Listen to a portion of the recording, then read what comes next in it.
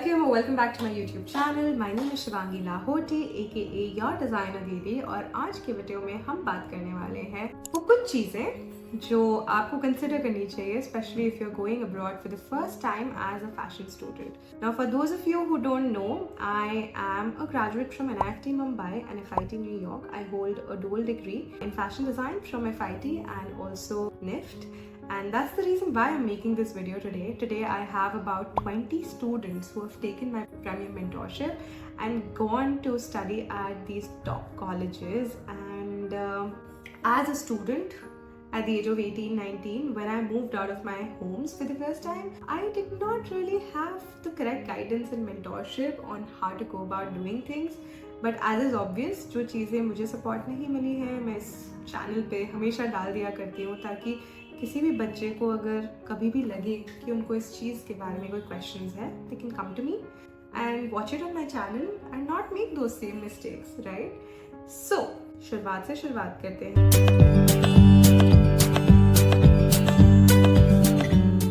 One of the first things that you should be considering, especially if you're going abroad for the first time, is आज तो awareness है, internet है and everything, but still you know you have this mindset कि और बहुत सारी चीज़ें carry कर लेती हूँ साथ में, और बर्तन carry कर लेती हूँ, और pillows carry कर लेती हूँ, blanket carry कर लेती हूँ. भाई साहब मैंने किया है.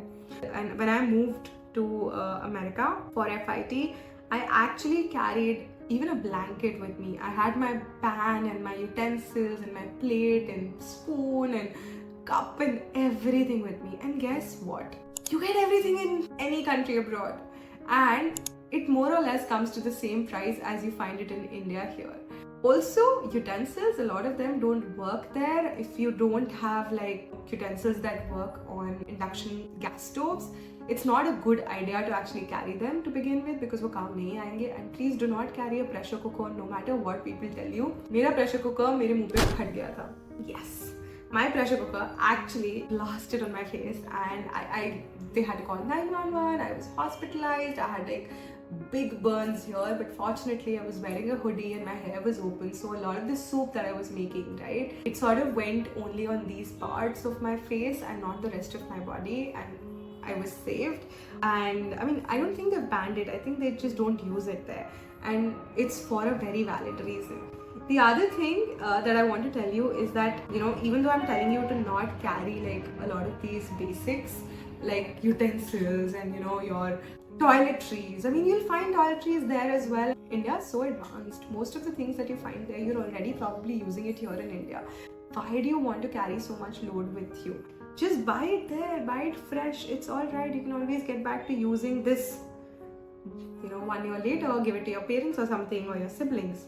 Another thing that a lot of people make a mistake on is they don't carry groceries. And I mean groceries like as a fashion student or as a student in general. When you're living abroad, the first semester as it is very difficult, and it's really tricky because, you know, you've moved abroad for the first time.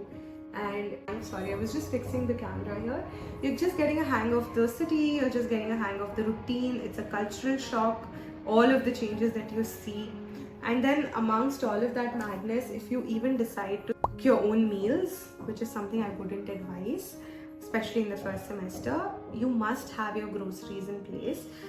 And Indian groceries, nothing beats it. All the Indian stores there would have all the groceries that we have, but for the first semester, some basic dal and chawal and some basic like spices, you might want to carry it with you. And the taste and the flavor of Indian spices that you have here is very different from the one that you find there. So it's advisable that you carry it with you. Having said that, don't sort of go with a closed mindset. I feel like जब मैं गई थी, one of the first things I was very careful about was that I wanted to stay with foreigners and I didn't want to stay with Indian students because that I can do in India also, right? I live with Indians here. I wanted to explore different cultures and be a part of different communities and understand what it's like studying there and living with students from different sort of walks of life. So I would advise you to do the same. I mean, you're moving to a different country, whether it's the UK or Europe or, you know, Japan or Singapore or US. Try and stay with the locals and try and stay with kids who have come from different nationalities to study there, because you wouldn't realize it right now, and your parents might tell you that okay, it's convenient if you stay with people you already know, but you become a lot more mature, a lot faster, and you also grow as an individual if you actually do that. So try sort of, you know, taking that risk and staying with people you don't really know, and stay with like people from different nationalities to experience their culture, to understand what it's like, to understand more about the world, and also to become more inclusive and more open-minded. Having said that, one of the most important things is to keep an open mind. I feel like a lot of kids sort of don't keep an open mind when they move abroad, and that is why they have so many difficulties settling in. It's because they sort of come with this set mindset of this is how things should be, but that's now not how it is. There's a lot more to the world, and everybody has and is allowed to have their own opinion and, you know, their own sort of way of living their life. So be open to that. I remember, I think a lot of things were a cultural shock for me, so be open to that as well, right?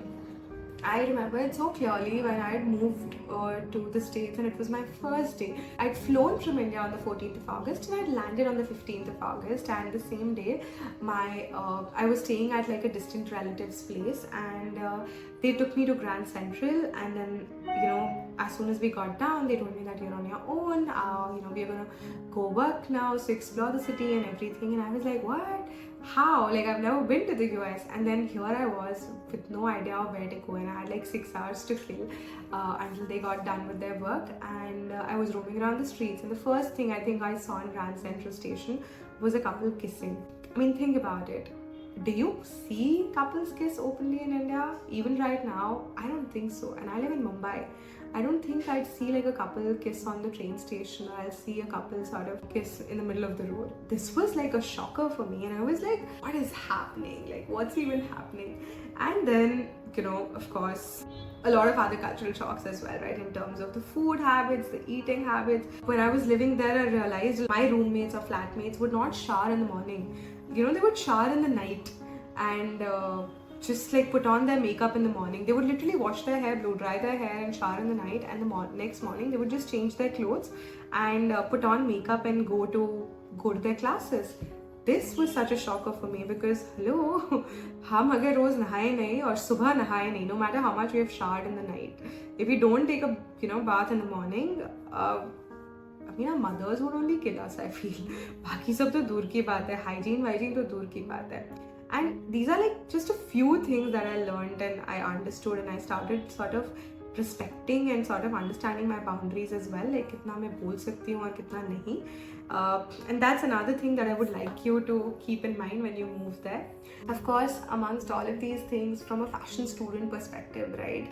Carry muslin and fabrics with you from India. Fabrics really expensive there, very expensive, right? So 1 yard of muslin there back in the day was like $5 a yard, and that's massive. That's like, today that's like 400 rupees a yard. We used to get it back then in India for like 40 rupees a meter. So I'm gonna ask you to please make it a point that you carry some fabrics with you. Muslin's good. It's what, you know, you use for all your garment construction and all your basic prototypes and like to all developments.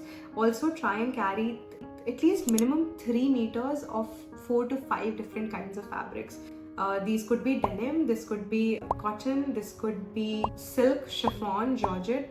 Trust me, no matter how expensive it feels in India, it's always going to be cheaper in the West. When you compare it, I mean, your purchases would always be cheaper because the West is really expensive, and especially when you're spending that kind of money, right? I mean, I am talking here about spending like $90 a yard for a sequin fabric, which is madness. $80 a yard for sequin fabric, which we get in India for like, you know, 300-400 रुपए, और हम उसको भाव नहीं देते हैं. वो वहाँ पे मिलता था $80-90 का, और उस पर लिखा होता था मेड इन इंडिया. इतनी तकलीफ होती है वो पैसे निकालने में कि कैसे दे दे. So try and sort of carry fabrics with you because that's more expensive there. And of course, carry stationery. So instead of carrying all your pillow and blanket and like, you know, your cooking utensils and unnecessary things which you can find there, which is also kind of a similar price point because these things are not as expensive, right? Even like 2021 when I was in Canada, I didn't buy a single thing. I was there for 2 months. I was Airbnb-ing, but I made sure that I didn't carry anything from India other than spices because that's something that you don't really get that quality there in the States, and it's fair. It's fine to sort of spend money on that, but keep luggage space Even if you're on a student visa and you have like extra luggage and extra baggage allowance, try and sort of not waste it on carrying all of this, but carry stationery instead. Carry Indian textiles, things that you can use for your projects, right? Things that make sense to you right now to use, because no matter how much you take, you will always regret and feel that, yeah, I could have carried this also. That will always be there.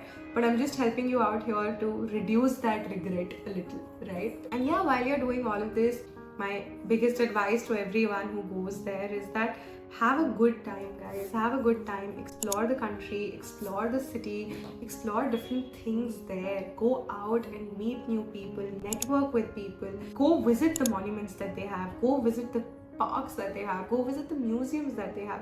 You would never get access to all of this, after you come back to India. You'd have to go back again to do so. Why not make the most of it right now rather than regret when you come back later? So try and explore. Don't be a nerd. Don't just exhaust and drain yourself by sitting and slogging in labs all day, all night.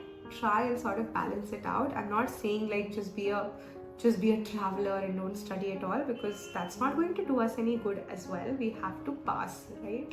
पढ़ना तो पड़ेगा, but जहाँ पे भी time मिले कोशिश करो सीखने की, नए लोगों से मिलने की. Try talking to new people. Try make an effort to sort of intern there.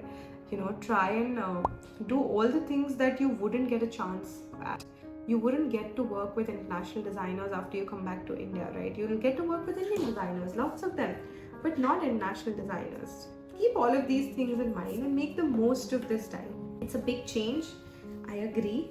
And if you can, try attending the fashion shows and fashion weeks. Try actively participating in them, because the learning that comes from them is priceless.